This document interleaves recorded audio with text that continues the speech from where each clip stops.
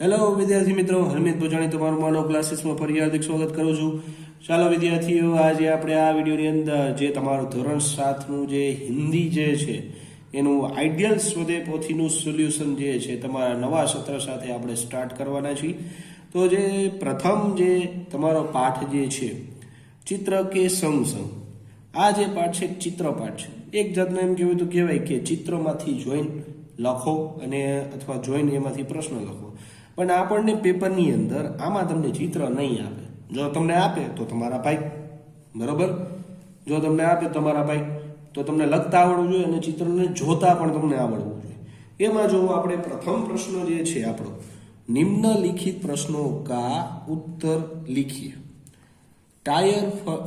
Tyre फटा इस घटना की तरह आप भी कोई अन्य असरकारक आंखों देखी घटना के बारे में 5-7 वाक्य में लिखिए.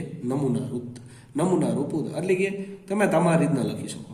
જો પહેલી જ વાત, તમે તમારી રીતના લખી શકો એટલે કે તમે તમારી મનચાહી ભાષામાં નહીં લખી શકો.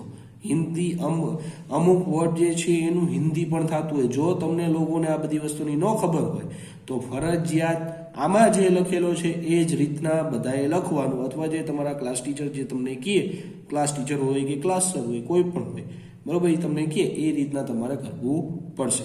તો ચાલો આપણે એ પ્રશ્નનો ઉત્તર જોઈશું કે એક શામ में अपने परिवार के साथ घर वापस लौट रहा था, बरोबर. हमने देखा कि कुछ लड़के तेजी से गाड़ी चलाते हुए हमसे आगे निकल गए. उन्होंने न तो लाल बत्ती देखी और न चौराहे पर गति कम की. वे शरारतें करते हुए अपनी धुन में जा रहे थे.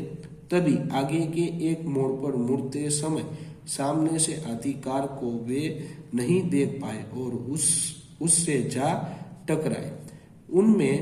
उनमें से 2 लड़के बेहोश हो गए थे. उन्हें काफी चोट लगी थी. एक बुरी तरह छटपटा रहा था. लोग तुरंत उसे अस्पताल ले गए. तो आवा બધા સેન્ટેન્સ લખવા માટે તમને પહેલા તો ગ્રામેટિકલ મિસ્ટેક ઓછી થવી જોઈએ, બરોબર, અને જ્યાં પૂર્ણવિરામ આવતું ત્યાં પૂર્ણવિરામ પણ ફરજિયાત કરવું પડશે. આ વાતનું ખાસ ધ્યાન તમારા લોકોને રાખવું પડશે. ચાલો હવે આપણે નેક્સ્ટ પ્રશ્ન જોશું. નેક્સ્ટ પ્રશ્નમાં જુઓ, તમને આ ચિત્ર દીધેલું છે. આ ચિત્ર ઉપરથી તમારે પ્રશ્નોના ઉત્તર દેવાના છે. હવે આ ચિત્રને તમને જોતા તમને બધાને આવડવું જોઈએ કે આ તમને શું શું દેખાડે છે. તેના ઉપરથી આપણે પહેલો પ્રશ્ન જોશું, બરોબર. ચાલો, इस चित्र में कौन कौन सी क्रियाएं हो रही है. तो એમાં પહેલું સેન્ટેન્સ જે છે, चित्र में कुंजड़ियन सब्जी बेचने जा रही है, तो सब्जी वाला, बरोबर. પછી गुब्बारे वाला गुब्बारे बेचने जा रहा है. પછી साइकिल को दुकान वाला टायर में हवा भर रहा है. बरोबर. सड़क के किनारे एक मोची अपने सामान के साथ बैठी है, बरोबर. सड़क पर वाहनों का आवागमन हो रहा है. सेकंड क्वेश्चन, गुब्बारे हवा में क्यों उड़ रहे हैं. तो गुब्बारे में गैस भरी हुई है, इसलिए वे हवा में उड़ रहे हैं. सिंपल बात है, बरोबर. चलो नेक्स्ट प्रश्न, ट्यूब में हवा कब और कहाँ भरी जाती है. तो ट्यूब में हवा कम होने का बिल्कुल न होने पर भरी जाती है.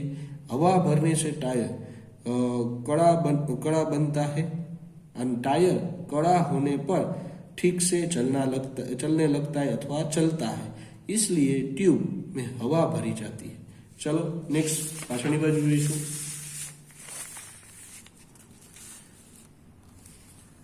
चित्र में कुत्ता मुंह लटका कर क्यों लेट गया. तो कुत्ता आराम कर रहा है, इसलिए वह मुंह लटका कर लेट गया था. कुंजड़ियन, जे फल सब्जियां बेचने वाली ये कुंजड़ियन है, कुंजड़ियन कहाँ कहाँ जा सकती है. तो कुंजड़ियन घर घर और गली मोहल्ले में जा सकती है.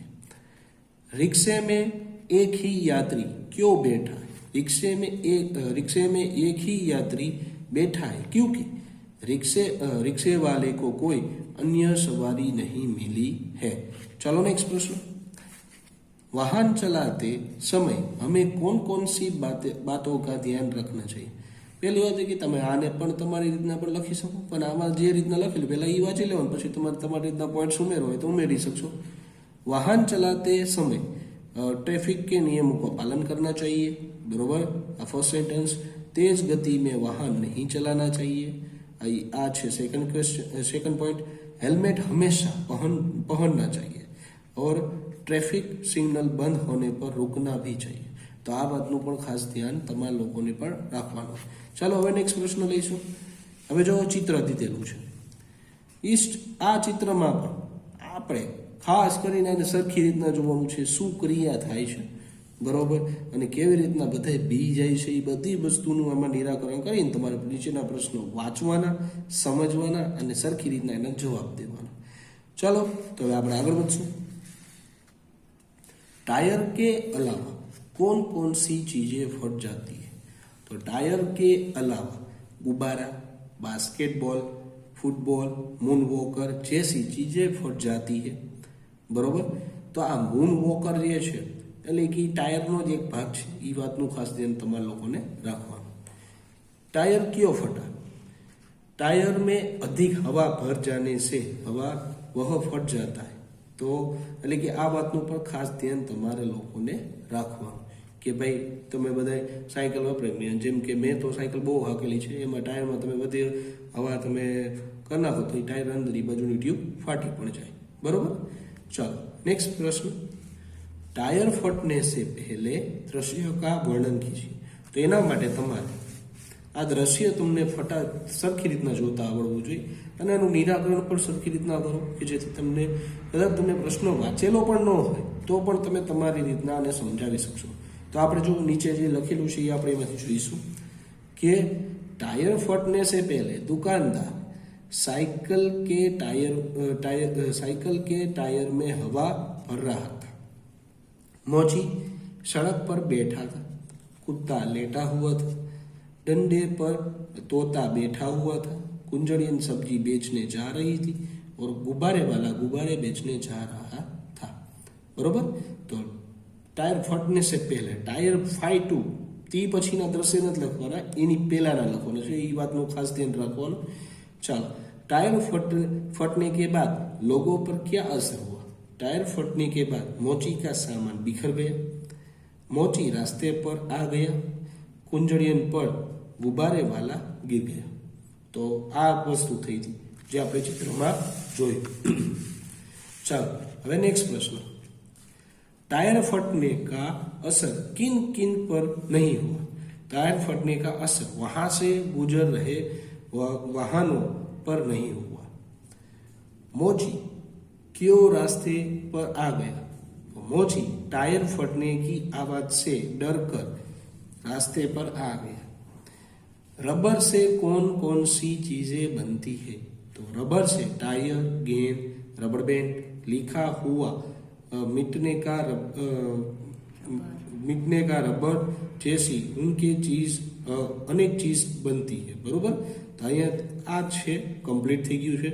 હવે નીચે જે છે એક 4 નંબરનો પ્રશ્ન છે, આમાં તમારે અંતર ગોતવાના છે. તમે તમારી રીતના આ જો મેં પેન્સિલથી અંડરલાઇન કરેલા છે અથવા તમે પણ તમે સરખી રીતના જોઈને તમે આને કમ્પ્લીટ કરી શકો છો. તો ચાલો વિદ્યાર્થીઓ, અહીંયા તમારું ફર્સ્ટ ચેપ્ટર કમ્પ્લીટ થાય છે. તો જો તમને આપણી ચેનલ ઉપર સમજવાની તમને મજા આવી હોય તો આપણી ચેનલને લાઇક કરો, શેર કરો અને સબસ્ક્રાઇબ કરવાનું તો ભૂલતા જ નહીં કે તમને આપણા બધાય લેટેસ્ટ વિડીયો તમને આપણી પ્લેલિસ્ટમાંથી પણ તમે જોઈ શકશો અથવા આપણી ચેનલ ઉપર વિઝિટ કરીને પણ તમે જોઈ શકશો, બરોબર. તો ચાલો ત્યાં લગી આપણે લઈશું રજા. તો જય હિન્દ, જય ભારત.